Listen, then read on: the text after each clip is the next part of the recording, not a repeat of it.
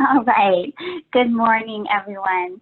Thank you for being here with us for this week's update on Americans and travel in the wake of the COVID-19 pandemic. I'm Erin Francis Cummings, President and CEO of Destination Analysts. I'm joined proudly once again by our Managing Director and Founder, Dave Bratton, and our Senior Research Director, Miha Gallagher.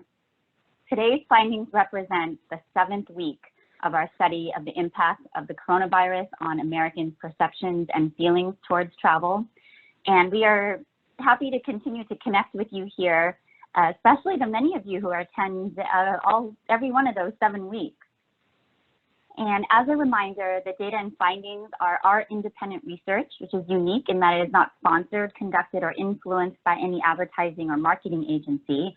It is solely to provide you reliable and unbiased information upon which to base your decisions. I would like to express my deep gratitude to those that have purchased reports, dashboards, subscriptions, and even donated to this research to support its production. The Destination Analyst team is eternally grateful to you.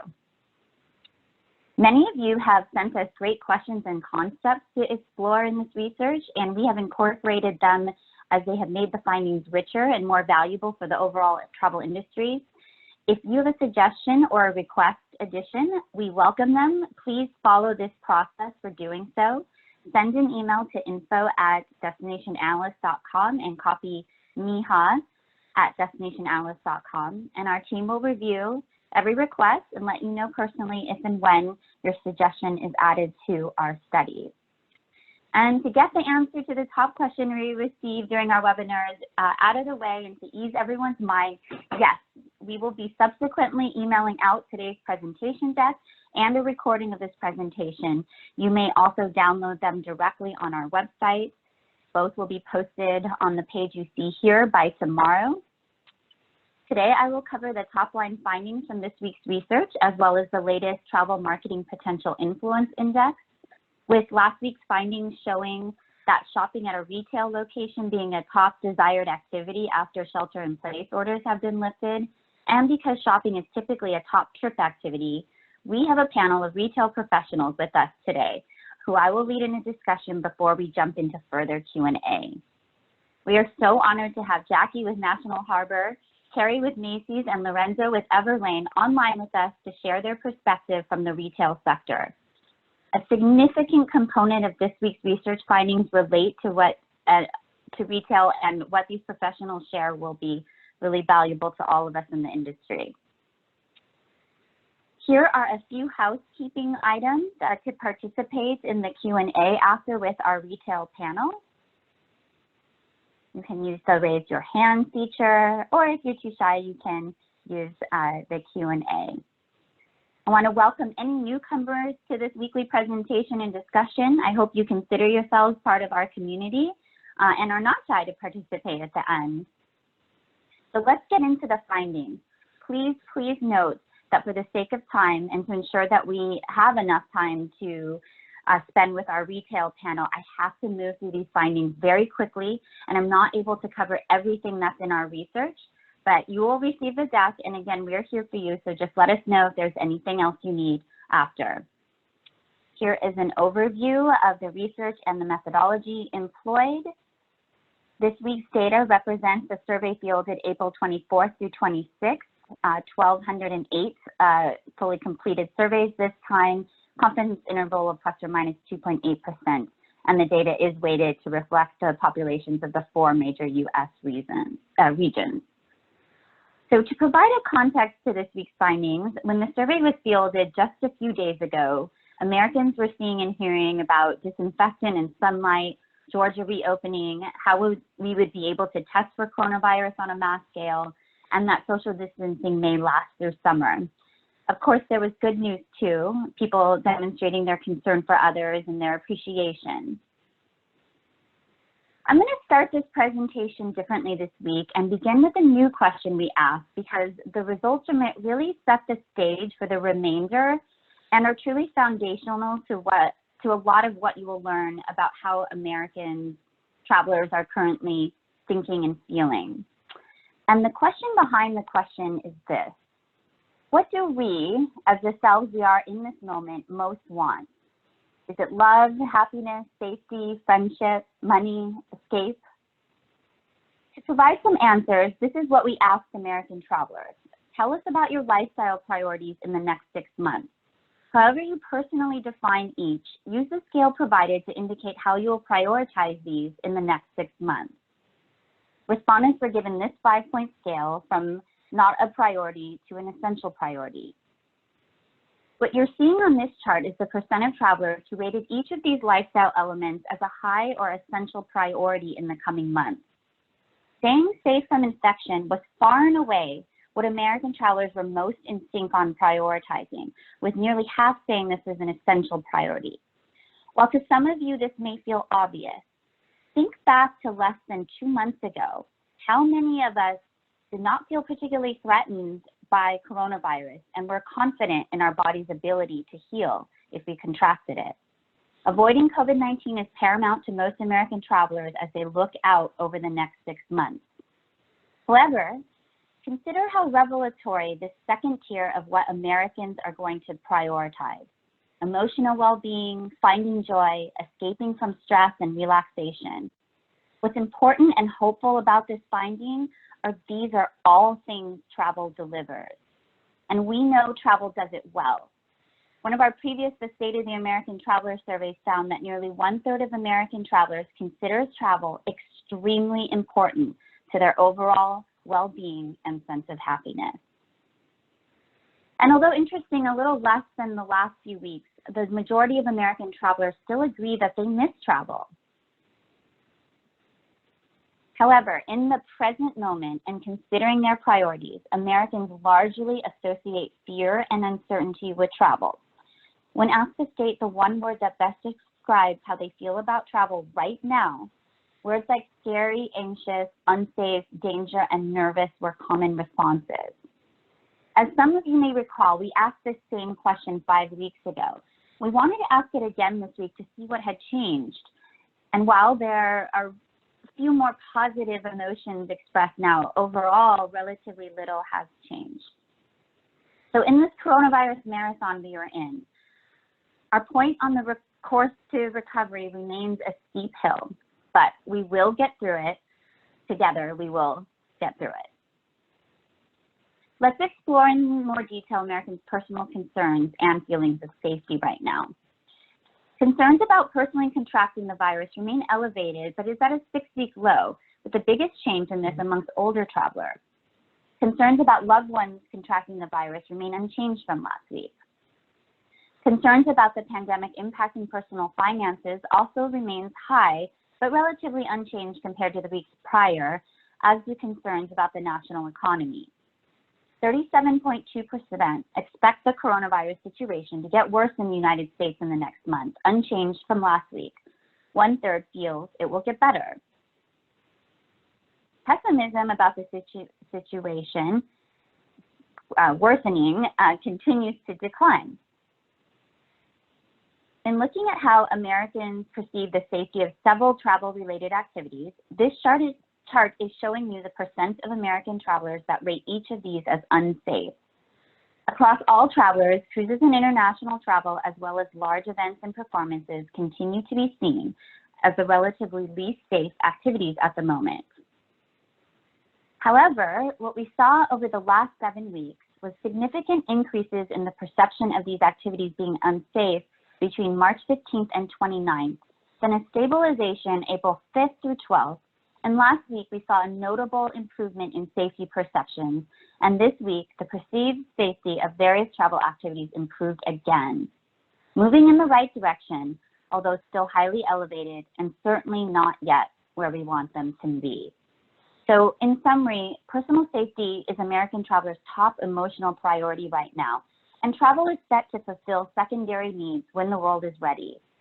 Concerns for the safety of ourselves and friends and family, concerns for the economy and travel activity are still highly elevated, and the improvement in safety perceptions around travel activities suggests a degree of normalization. This week, we also addressed a whole new set of questions to help inform businesses about American traveler expectations in the reopening. Returning to a state of normalcy may be challenging, as travelers say they will need many assurances for this to happen. These include a flattening of the curve, lifting of stay-at-home orders, a proven treatment being developed, and a vaccine. 2 in 5 American travelers also said there would need to be no new cases in order for them to return to their normal lifestyle. Moving forward, as common business practices, most travelers want business to have certified cleaning and disinfecting protocols in place, as well as employee health screenings. Additional traveler health screenings, as well as published cleaning protocols and limitations to crowd sizes, are also widely desired. However, we may have yet another illuminating generational divide. Right now, boomers are generally far more likely to want to see each of these become common business practices compared to younger American travelers. Travelers have many demands for commercial public spaces such as theme parks, concerts, and shopping malls as well.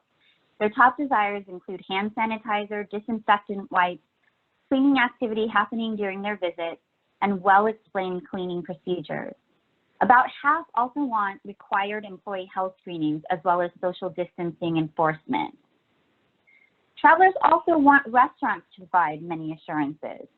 Similar to commercial public spaces, their top desired protocols are providing hand sanitizer and disinfectant wipes, well-explained cleaning procedures, and employee health screenings. Having an official coronavirus health and safety certification might prove to be an important boost to businesses serving the public. Over half of travelers say such a certification would make them more interested in patronizing such a business. So in summary, travelers will likely expect changes to business operating practices moving forward. In addition to simple changes such as providing hand sanitizer and disinfectant wipes, they'll likely want businesses to provide clean sanitary guidelines, continued enforcement of social distancing protocols, health screenings for frontline employees, and even personal protective equipment for these employees. Faced with this information, we think about how feasible all of this will be for businesses who are already struggling with severe loss in revenue. Let's move into the impact the pandemic has had on travel this week. The proportion of American travelers who have had their travel impacted by the coronavirus have remained unchanged at 75.9%. This week, 63.7% of American travelers have reported canceling their trips due to the coronavirus, and 51.9% have postponed a trip. This means the percent canceling a trip because of the coronavirus is at a 4-week low, while the percent postponing a trip is at a 4-week high. A majority of travel cancellations continue to be for near-term bookings. There are continued increases in cancellations of trips from May through the summer. Of those that postponed a trip, 32.8% have at least tentatively picked a rescheduled date. Digging further into current feelings and expectations for travel, this week, 73.8% of American travelers say they are done traveling until the coronavirus situation blows over. There's been a notable decline in strong agreement with this statement. In fact, it's at a 6-week low. In terms of timing of travel and what this implies about their confidence in selecting travel dates, agreement that the coronavirus situation will be resolved by the summer travel season continues to decline. In total, 27.3% of Americans agree on some level that the coronavirus situation will be resolved before summer, while 48.4% disagree. Now, just under half of American travelers expect to be traveling this fall, down from 51.2% last week. Here are the months that American travelers say they currently have trip plans in. Plans in the next 2 months have dropped sharply, but there appears to be some increases on the horizon for late summer, fall months, and beyond. While half of American travelers still agree that staycations may end up replacing vacations this summer, this sentiment is at a 3-week low. 37.6% say they may avoid airlines and instead travel by car in the coming months. This is at a 6-week low. Now, just under half say they'll probably take more regional trips while avoiding long-haul trips, down slightly from 50.8% last week. Confidence in attending conferences and meetings has improved. Those that say they will be unlikely to attend these types of events is at a 6-week low. The percent saying they will avoid travel outside the United States, while large, is at a 6-week low. Younger travelers in particular are feeling more optimistic about international travel than they were 1 week ago. Price cutting as a means to motivate travel continues to resonate with over 1 in 3 American travelers. When asked if price cutting made traveling in the next 3 months more interesting, 34.7% agree, down slightly from 37.3% last week. Excitement levels to take a getaway in the next month are depressed, but at a 5-week high. Now, almost 4 in 10 American travelers say they would be excited to take a weekend getaway with a close friend or relative to a place they want to visit in the next month. In fact, the proportion of Americans who are not excited has continued to drop in the last 4 weeks, while the proportion who are excited continues to rise. This week, 4 in 10 expressed some level of excitement about learning about new travel destinations and experiences. While openness to travel information has been increasing, or had been increasing between April 3rd through 19th, travelers' interest in learning about new travel experiences and destinations dropped slightly this week. And on that note, it remains not yet the time to travel. Now, just under 2/3 of American travelers agree that they do not want travelers coming to visit their community in the current environment. Only 1 in 10 disagree. I myself just had the police called on me by an anonymous neighbor while staying at my husband's family home in Lake Tahoe. Vacationers were threatened with a fine. American traveler opinions are split on whether they would get pleasure from seeing an ad marketing their community as a place to visit when it's safe. While 33.1% said they would be happy to see such an advertisement, 36.2% said that they would be unhappy. So this is one of those findings that surprised me. So we looked a little deeper into those that said that they were unhappy with seeing, or would be unhappy with seeing an advertisement for their community to come visit when it was safe, right now at least. And the difference between these people has nothing to do with how much they personally travel, but they are simply far more concerned about the virus, catching the virus themselves, and their loved ones catching the virus. They're just more anxious about their safety overall. So all of you online, your likelihood of having to tolerate my Game of Thrones analogies in these presentations over the next weeks is in the certain or very likelihood range. And as those last set of findings should remind you, this is a very complex story you are living in, and it's probably best not to let positive movements in these metrics drive too much optimism and optimistic responses too fast. But let's look at the latest from our travel marketing potential influence calculation. This is an index we have built based on these 4 data points that we are tracking in this exceptional environment. Travel readiness across the traveling American population would look like this in a pre-COVID-19 time, with most in the ready to travel area of the curve. Today, it looks like this, with most in the left quadrant of the bell, not ready to travel, although we are seeing some small movements over to the right.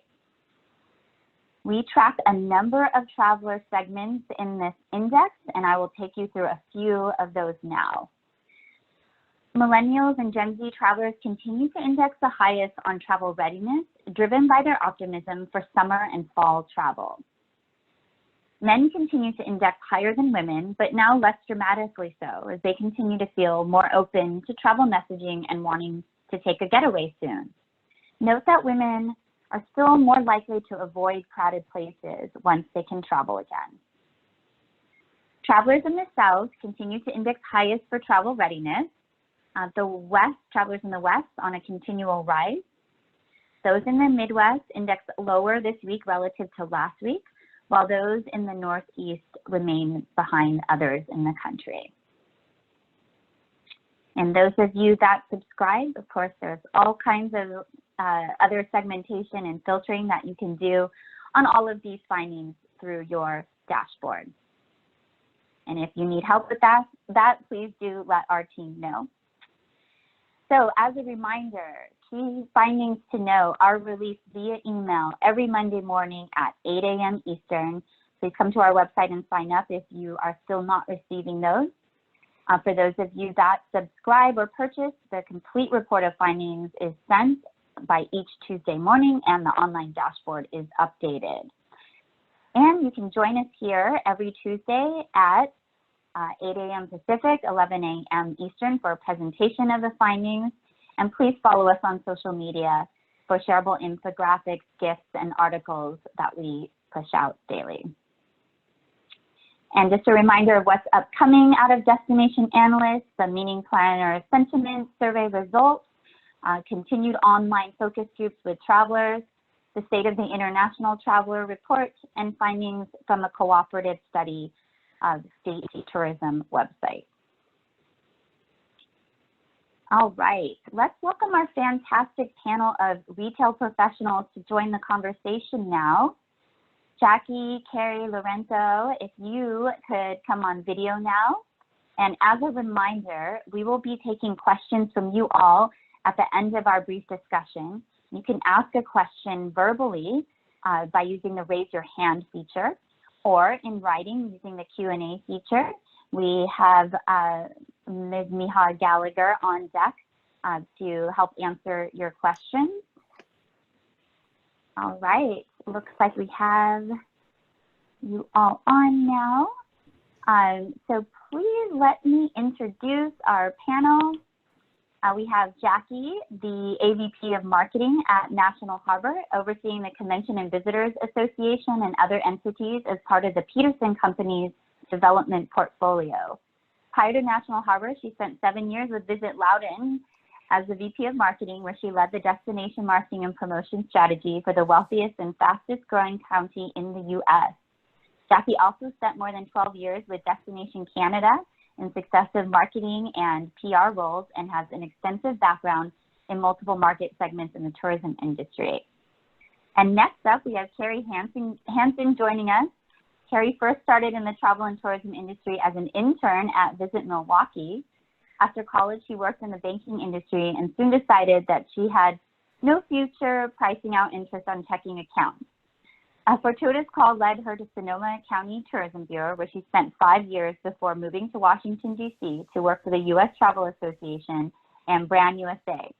Currently, Carrie works at the intersection of global tourism and global commerce, overseeing international marketing efforts for Macy's in New York City. And lastly, we have Lorenzo as a creative operations lead for Everlane, makers of apparel, shoes, and accessories. Lorenzo helps make the brand come to life in a physical form to create unique and personal shopping experiences for Everlane's customers. Welcome, all of you. So first, hi. So first, you got to play the quarantine house game with us.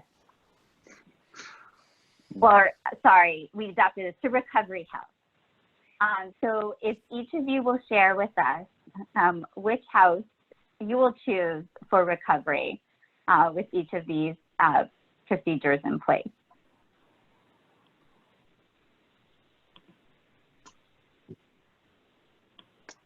I could say I'd probably choose house 4. Could you share with us why, Lorenzo? Why did that one? Yeah, I mean, it's kind of hard because a lot of these have things that I think I would also add into a house, but you know, thinking about the way we're talking about opening up our stores again, having social distancing, continuing to do that, health screenings, and making sure that there's space for people to move around that are not so compact. So I think that's why I would choose that. I would choose 1 or 4. I think we're not necessarily at the point where we're comfortable with having screenings for customers yet, but definitely for employees. All right, Carrie, how about you? Which recovery house are you going with?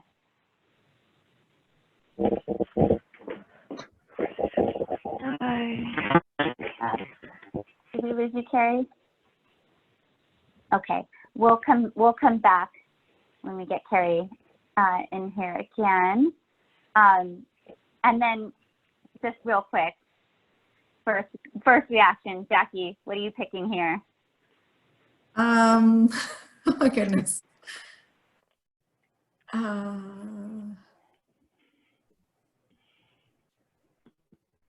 Lorenzo, any first reaction? You going with one? Yes. Yeah, I'd probably do one as well. Carrie, how about you?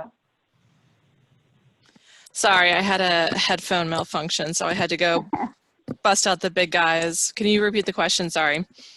No, it's okay. Let's just actually go back to the real recovery house.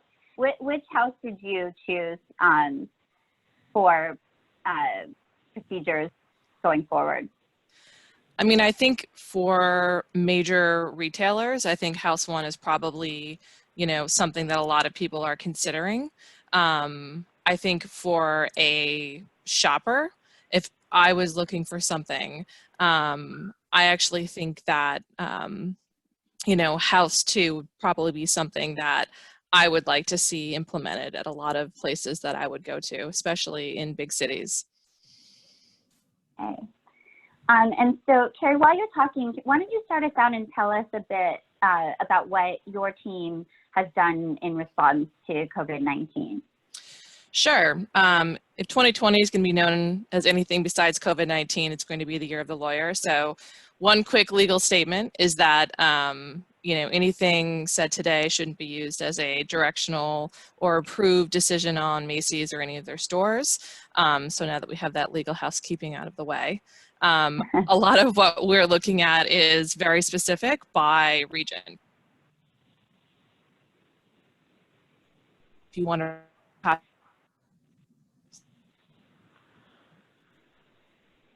in the West, in Washington, are also looking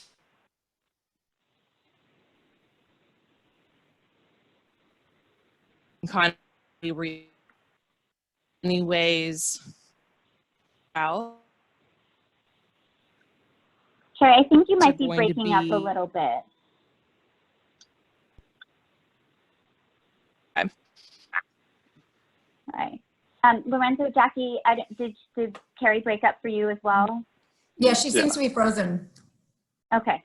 All right. While Carrie gets back online, Lorenzo, would you mind sharing what you've done in response to COVID-19?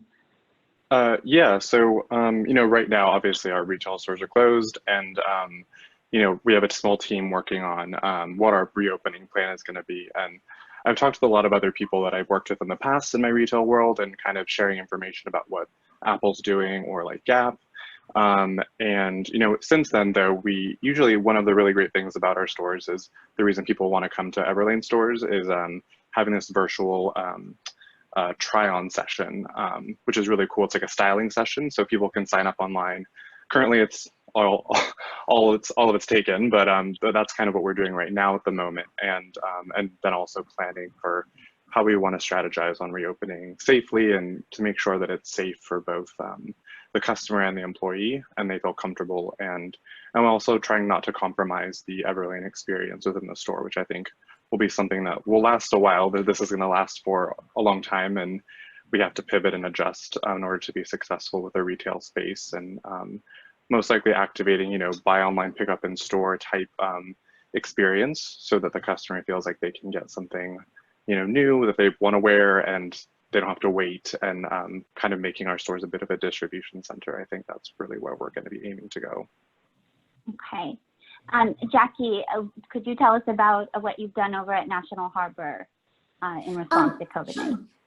Yes, definitely. So we are a destination that has a lot of retail partners in addition, to other attractions and hotels. But the first thing that we did is reach out to work with our agencies to come up with a recovery roadmap that would take into consideration not only the marketing path, but the phases and the messaging that we would use in the different phases of the pandemic. So we've encouraged all of our tenants and retailers and partners to follow the guidelines and restrictions that will be set up, but we are also following industry associations, research similar to destination analyst presentations on, what the consumer sentiment is looking like, and of course tracking survey results and government guidelines for when all of that will come back.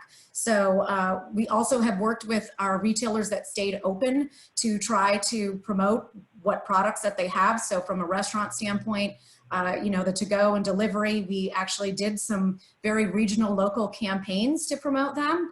And then with our retailers, we also promoted online shopping resources for them to allow them to continue to sell. And we've tried to do some inspirational content that features their products that would promote, people sitting at home have time to surf and, maybe they're buying things online, so.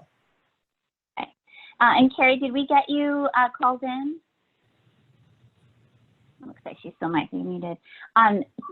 Lorenzo, back to what you're saying, what are the signs that you all are looking for that it's okay to open?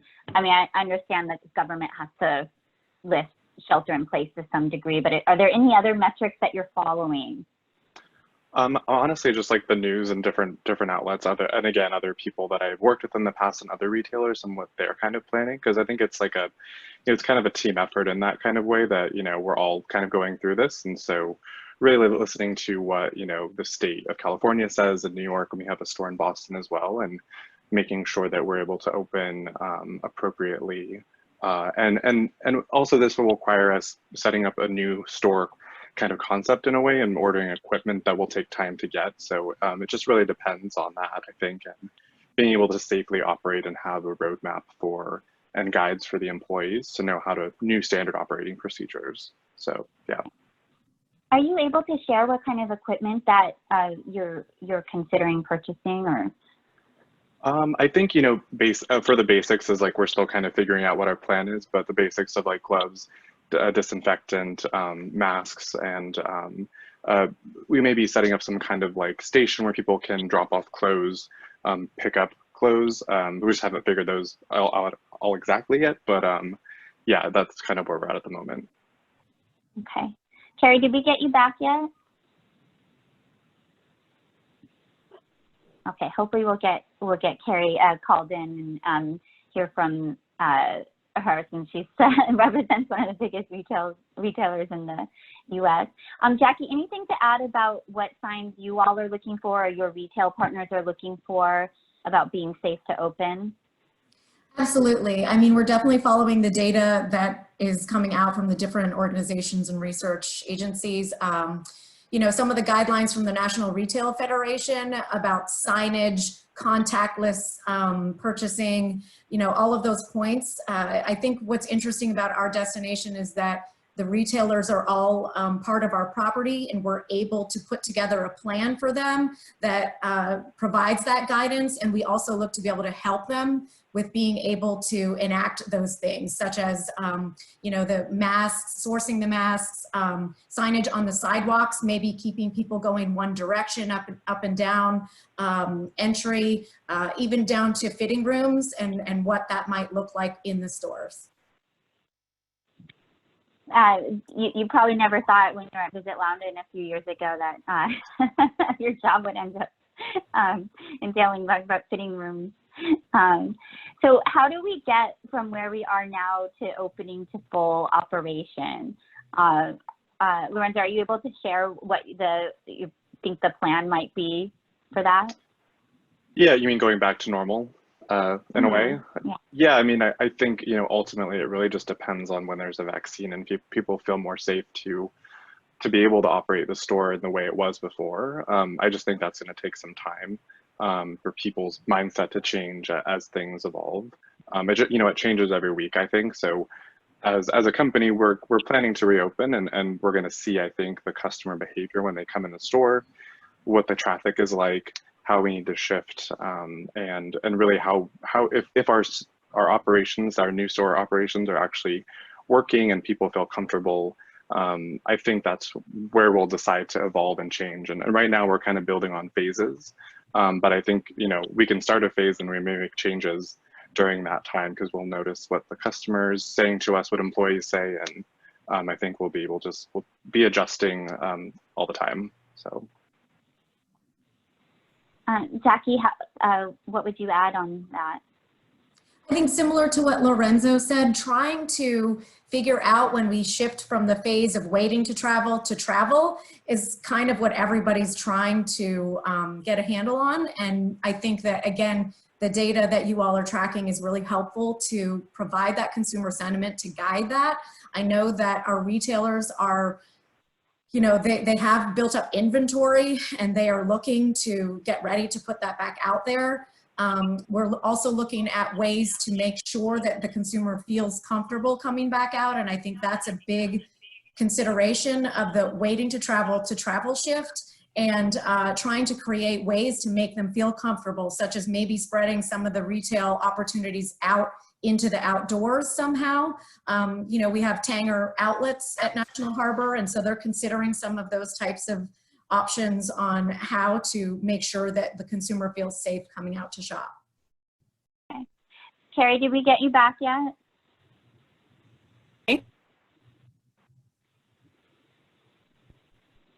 I think we still can't hear you, unfortunately. Jackie, can you share what those retailers are thinking about for reopening what they're going to offer their visitors, their customers, in terms of making them feel safe? I think, as I was saying, considering some outdoor options and spreading inventory out. I know that there's a lot of spring inventory that's built up, and that's what they want to feature and highlight, using alternate space on property, both at Tanger and at National Harbor, in the downtown area, and how can we provide opportunities to do that social distancing, including product. So. Okay. Lorenzo, how about you? Anything to add there? Yeah, I think maybe like Jackie was mentioning too, if there's a sort of flow as well, like we'll probably map out in our stores, and we have to go through all of our floor plans and really look at where the product is. Do we have some of QR codes that are on the floor that relate to a product that they can purchase that way without having to touch clothes? There's just different things to consider. And I think having floor markers and people really helping to make sure people are staying 6 feet apart. And then we also have the challenge with fitting rooms as well, because that's a huge part of why we have our stores, is we were direct to consumer and getting into the retail business was a big part that we're pushing. And, it's important that people are able to try the clothes on. So trying to figure out that kind of strategy as well. I can tell you the number one question from our retailers, if you're interested. That is, when are conventions and meetings coming back? Because for our destination, that provides a lot of traffic for our retailers. So I know that is heavy on their minds as well. Right. Yes. I know. So let's hope that we can defeat this virus somehow as soon as possible. Carrie, did we get you back yet? Lorenzo, do you know what a Convention and Visitors Bureau is, or a destination marketing organization? No. Okay. So they're no, that's really what we want to learn. They are the organizations that are typically responsible for promoting their city or state or country that they represent for tourism. Okay. And knowing what those organizations are in my brief introduction, in what way do you think that they can help retailers like yourselves in the cities that you have stores in? So any ideas on how the official tourism organization could help you? I think it's really about, again, the safety guidelines of what I think people really want to know, that they're being protected and that the company is being responsible in making changes and making sure that the customer is aware of that. And so if, the tourism, do that, then I think I think people will feel more comfortable to go out and do things in a safe way, and that those guidelines are really like laid out clearly for everyone. Jackie, I know you're kind of still a DMO, or just a little different structure. But what are your thoughts on how DMOs support retailers right now? I think it's a huge opportunity for destination marketers to change their strategy to focus on a more regional market, drive market. I know in the retail industry, my understanding is that it's usually a 50-50, 50 out of market and 50% in market. And, you know, from a destination marketing experience that I have, it's mostly been further out, 50 miles, you know, because you're looking to promote overnights. But I think this is an opportunity where retailers and DMOs could work closely together to really bring people out, not only within their market, but the drive market as well. So driving experiences that include retail in addition to hotel getaways, but you know, that old term staycation comes back into play, I think. And I think working together, we'll be able to provide more opportunities for that regional market. Awesome. Carrie, are you called in yet? Okay, great. So we're gonna back up with you. We couldn't hear, it broke up when you were telling us about Macy's response to COVID-19. Do you mind recapping that? And then we'll get into what you're thinking about plans moving forward.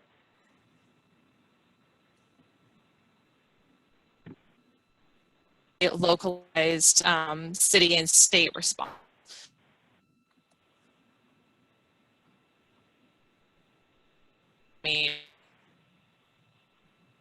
So a lot of what we're Jackie talked about that it's a little bit as well.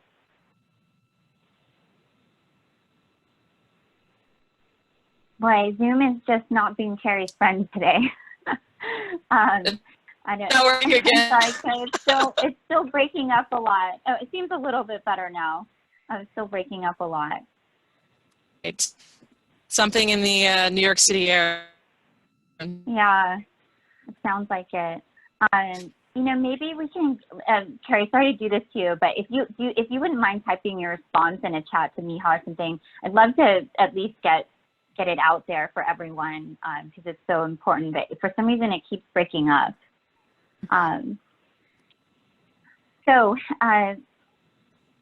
Lorenzo, could you share with us your thoughts on the future of retail now that this has happened? Yeah, you know, I honestly I don't know exactly. I think that's really the unknown of it. But I do feel that people want to be outside, people want to shop again, and it's just going to take time for us all to make the right spaces that are safe for everyone, that people feel like coming out to the stores or anywhere outside to shop again. But I do feel like that it will happen. We just have to take the right steps to ensure that our customers and employees feel safe and are aware of, you know, new restrictions or whatever happens if we have to shelter in place again, like maybe in the fall if it happens. Like we just have to be prepared to shift and pivot. I think that's how we'll be successful. Any company that is able to change and make those changes. I think that the future is still there because we have plans to open many more stores, and I think we'll see that over the next few months, the customer behavior once we have the stores open again. Thank you. And Jackie, what are your thoughts on the future of retail, particularly given, you know, what you shared about the modeling of 50% outside, 50% inside? I definitely think it's going to come back, but it will be different and it will be a new normal, as I'm sure, you know, everybody's talking about.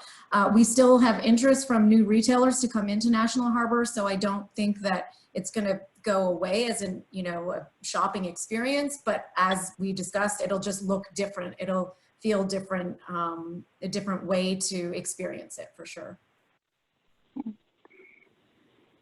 And before we get to Q&A from the audience, Lorenzo, what's the first thing you're going to purchase in a retail store once they're all open again? Gosh, that's a good question. I honestly don't know. I feel like I buy everything online anyways, but I do love the retail experience, and I do love shopping for clothes in store. And so I think probably a new pair of jeans. Okay, Jackie, how about you? What's the first thing you think you'll buy in a physical retail store once we can go out and shop again? I think I'd love to buy a new pair of heels and get dressed up again. I feel like, you know, we're all, hey, I have sweatpants on, you can't tell, right? Going back out and making new memories is what everybody probably is going to be focusing on, and I'm looking forward to that too, and dressing up for it. So yeah. Okay. Yeah, I know. I've been missing those days. So I think I've worn yoga pants every single day for the last 6 weeks. Neha, do you mind jumping on here and reading out some of the questions that we've gotten from our audience? Absolutely. So one question we've received is from Wendy Keel. Is restricting the group size of customers under consideration? For example, groups of no more than 2 people, or limiting the number of children. Are there legal issues with trying to do that? I don't know if there's legal issues, but I know that I think because of the store format of our size of our stores, that you know, we would limit the amount of people and that it would be in the store at once, and making sure that there's they probably have a line outside with stanchions and stickers, and you know, an ambassador outside, making sure everyone's, you know, standing apart. It is a bit difficult when it comes into you know, people that come together. If like you come with your roommate and you've been sheltering in place together, do you both go in at the same time? I would think, at least for us, it would be hard to have that. People have to individually shop. But yeah, that's all I know. I think we would try to do. From my perspective, I would say that, you know, on our property, that would be our responsibility to make sure that we have lots of communication and signage, alerting people to the situation and the environment, and, you know, making sure they have as much information as we can share with them to abide by. All right, and we have another question submitted by Tracy. Will the panelists add new signage to address shoppers' concerns over cleanliness or new safety protocols? Yes. 100%. Well, and actually, in addition to not just the stores, but we have a lot of art installations around our property. We're creating some informational but also fun signage on touchless points, so that people love to take pictures with some of our artwork, and we're going to be asking them not to touch it, to make sure that, you know, they're containing, and that's all part of it. But like I said, we'll try to make that you know, fun and not necessarily, you know, negative. So. It looks like we got another question. It's probably on the minds of a lot of people about staffing training. What are your thoughts on how that's done? Yeah, I mean, I think that's one thing we're working on right now. The retail team, operations team, is this new like operating procedures, and being able to train our employees a new way of working and ensuring safety between themselves. I know there was something even too, we were talking about, is scheduling the same people for the same shifts, so that there's less cross-contamination of, like, if someone were to get sick. That's kind of an idea too, but I think training is going to be the #1 thing that will take us some time before I think we can open, so that the employee feels comfortable understanding how we should operate. And like I said, I think this will all change and pivot as we open. So. Similar, we're putting together an overall plan for the property that includes retailers, restaurants, and hotels. I think there's some good resources out there with some guidelines to follow along that. The National Retail Federation has a checklist. A good example that's floating around is the Wynn Las Vegas posted publicly their protocol for their resort hotel, which has a lot of really good coverage of consumer interaction. And then, you know, the National Restaurant Association, you know, will be coming up with guidelines as well. And we're looking to incorporate pieces of all of those for all of our partners as a guideline for our entire property. Right. I didn't see any more questions coming in. I will tell our audience online with us that we will interview Carrie when her Zoom and phone connection and everything is back up, and get her responses out to you. Neha, I don't think I see any more questions coming from the audience. So unless you see differently, I can thank Lorenzo and Jackie and let them get on their way. No more Yeah, questions. thanks so much. Thank you all. Thank you all. It's so important to hear your perspective. So thank you again. And then those of you online with us, we'll see you again next Tuesday at 11 a.m. Eastern for seeing what next week brings for American Traveler Supplement. And please do send any suggestions or questions that you may have. We'll see you next week. Thanks again for joining. Bye-bye. Thank you. Bye.